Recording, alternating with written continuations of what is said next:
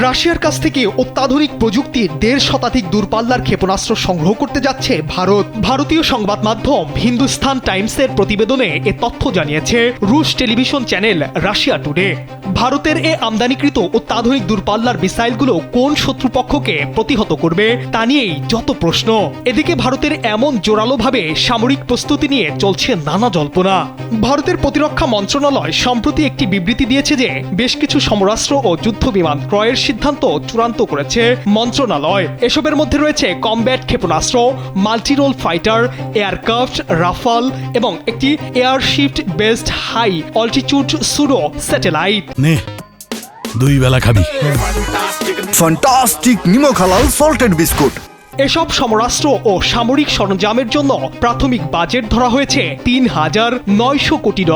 ভারত প্রতিরক্ষা মন্ত্রণালয় আরও জানিয়েছে, ভারতের বিমান বাহিনী রাশিয়ার প্রতিরক্ষা মন্ত্রণালয়ের কাছে মোট ২৮৮টি ক্ষেপণাস্ত্র চেয়ে আবেদন করেছে। এগুলোর মধ্যে ১২০টি স্বল্প পাল্লার প্রান্তশীর এবং ১৬৮টি দূরপাল্লার S-400 ক্ষেপণাস্ত্র রয়েছে।